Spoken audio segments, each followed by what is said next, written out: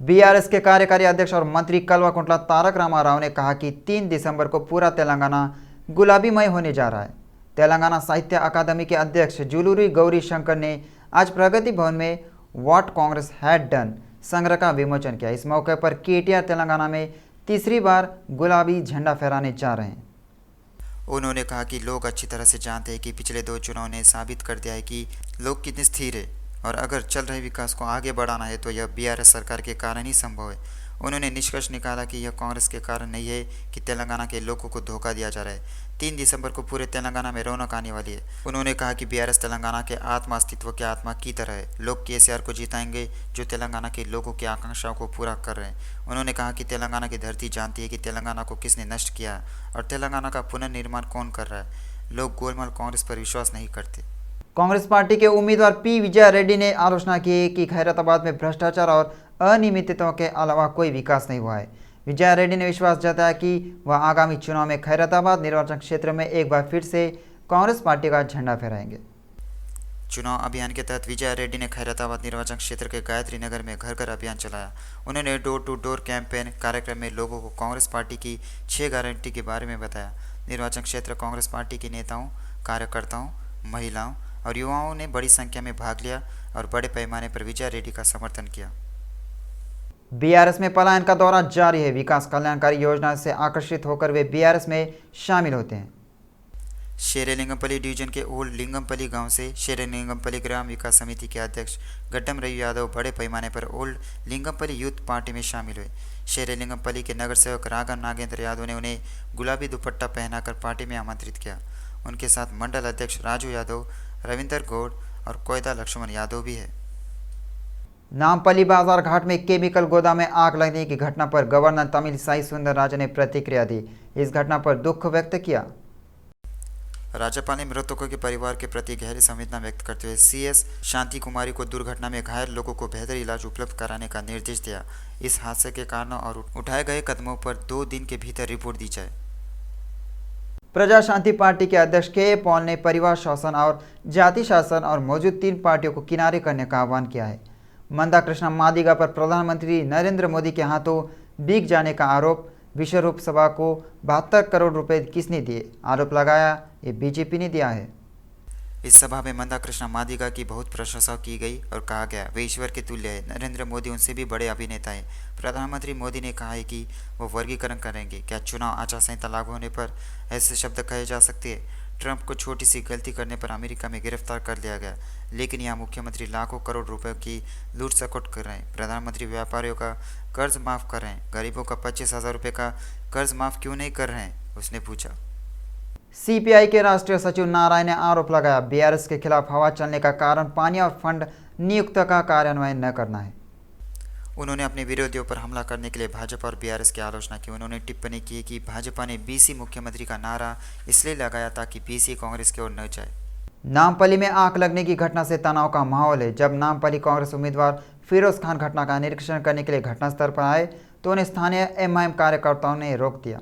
इससे कांग्रेस और एमआईएम कार्यकर्ताओं के बीच झड़प हो गई। इसी क्रम में पुलिस ने लाठीचार्ज कर दोनों गुटों को तितर बितर कर दिया। अब स्थिति नियंत्रण में है। फिरोज खान ने आरोप लगाया कि यह अग्निकांड सरकार की लापरवाही के कारण हुआ।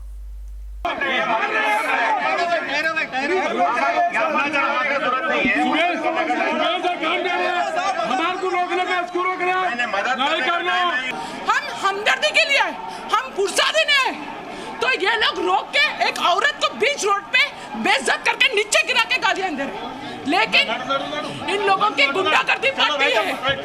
टीपीसीसी प्रमुख रेवंत रेड्डी ने नामपल्ली बाजार घाट में आग लगने की घटना पर दुख व्यक्त किया है। उन्होंने कहा कि हैदराबाद अग्निकांड का घर बन गया है। उन्होंने आलोचना की है कि सरकार आग की सिलसिलेवार दुर्घटनाओं के बावजूद निवारक उपाय करने में पूरी तरह से विफल रही है।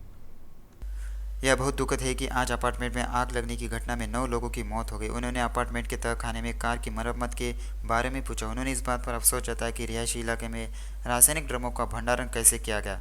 उन्होंने इस मामले की गहन जांच की मांग की। उन्होंने मृतकों के प्रति गहरी संवेदना व्यक्त करते हुए मांग की कि सरकार को मृतकों के परिवार को हर संभव मदद करनी चाहिए। बीआरएस पार्टी के उम्मीदवार गोड़े महिपाल रेड्डी की मौजूदगी में कई नेता बीआरएस पार्टी में शामिल हुए। नंदीगामा गांव के उपसरपंच कांग्रेस पार्टी के वरिष्ठ नेता पल्ले श्रीशैलम यादव और मुत्तंगी गांव के उप सरपंच लिंगा रेड्डी ने अपने अपने अनुयायी को महिपाल रेड्डी की पार्टी में आमंत्रित किया। महिपाल रेड्डी ने कहा, कांग्रेस और बीजेपी के वरिष्ठ नेता सीएम केसीआर के नेतृत्व में काम करने के लिए आगे आए हैं। उन्होंने कांग्रेस भाजपा पार्टियों की आलोचना की है कि जिनके पास कोई झंडा एजेंडा नहीं है और लोगों के उत्थान का दावा करने वाले फर्जी घोषणा पत्रों की घोषणा करके खुद के तेलंगाना की प्रगति में बाधा बना लिया है। 60 साल तक तेलंगाना की प्रगति को कोसों दूर रखने वाली कांग्रेस पार्टी यह घोषणा करके अपने किसान विरोधी नीतियों को भ्रष्ट कर रही है। अगर वे सत्ता में वापस आए तो धरने को रद्द कर देंगे। राज्य के कृषि मंत्री सिंगिरेड्डी निरंजन रेड्डी ने विधायक गोवाला बालराजू पर कांग्रेस समर्थकों द्वारा किए गए हमले की निंदा की है। उन्होंने कहा कि लोकतंत्र में हिस्सा के लिए कोई जगह नहीं है। उन्होंने कहा कि अफसोस की बात है कि जो लोग जनता को यह बताकर चुनाव जीते कि उन्होंने क्या किया है और क्या करेंगे, वे हार के डर से हमले पर उतारू हो जाते। बीआरएस के रैंकों को सलाह दी गई है कि वे व्यक्तिगत अपमान और आधारहीन आरोपों को जन्म देने वाली उत्तेजक टिप्पणियां और उत्तेजक कार्यों का जवाब न दे। उन्होंने पिछले 10 वर्षों में सीएम केसीआर के नेतृत्व में की गई योजनाओं और सुधारों को समझाकर वोट मांगने को कहा। बीएसपी के नए विधायक उम्मीदवार मनोहर रेड्डी ने महेश्वरम विधानसभा क्षेत्र में चुनाव प्रचार किया। अभियान के हिस्से के रूप में केएमआर ट्रस्ट के लाभार्थी, महिलाएं, प्रशंसक और जनता ने मनोहर रेड्डी को ब्रह्मरथम की पेशकश कर रहे हैं।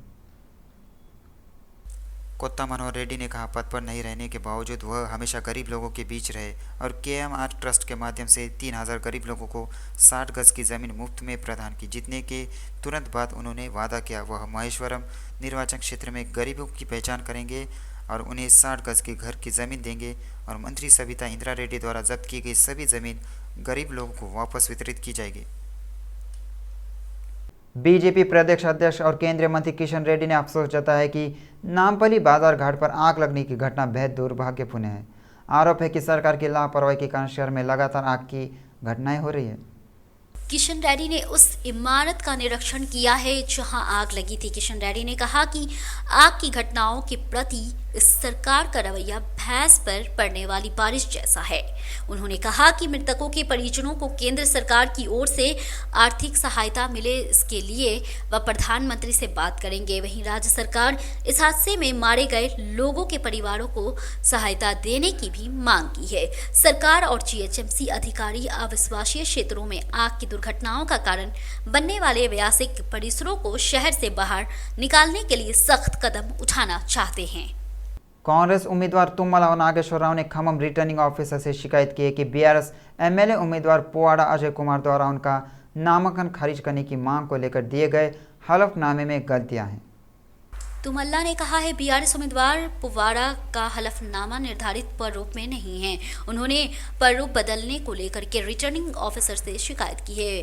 पुवाड़ा अजय पर चुनाव आयोग द्वारा दिए गए प्रारूप को बदलने का आरोप लगाया है और उन्होंने ये भी कहा है कि शपथ पत्र में आश्रित कॉलम बदल दिया जाएगा। उन्होंने कहा कि अगर आश्रित कॉलम में कोई नहीं तो उसे शून्य लिखे बिना बदल दिया जाएगा। नामकरण के 4 सेट भी गलत है। उन्होंने कहा कि उन्होंने रिटर्निंग ऑफिसर से नामकरण निर्धारित प्रारूप में नहीं होने पर नामकरण खारिज करने को कहा है।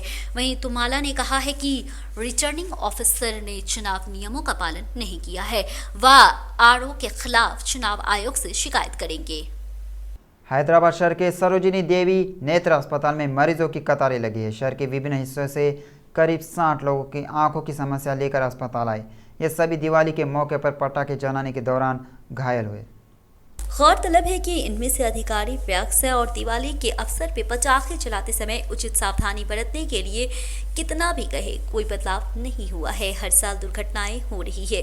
लापरवाही से पटाखे चलाने पर लोग घायल हो जाते हैं। डॉक्टरों का सुझाव है कि आतिशबाजी करते समय सावधानी बरतनी चाहिए। खासकर आंखों के मामले में वे चेतावनी देते हैं कि लापरवाही बरतने पर आंखों की रोशनी जाने का खतरा रहता है। खासकर बच्चों को लेकर ज्यादा सावधान रहें।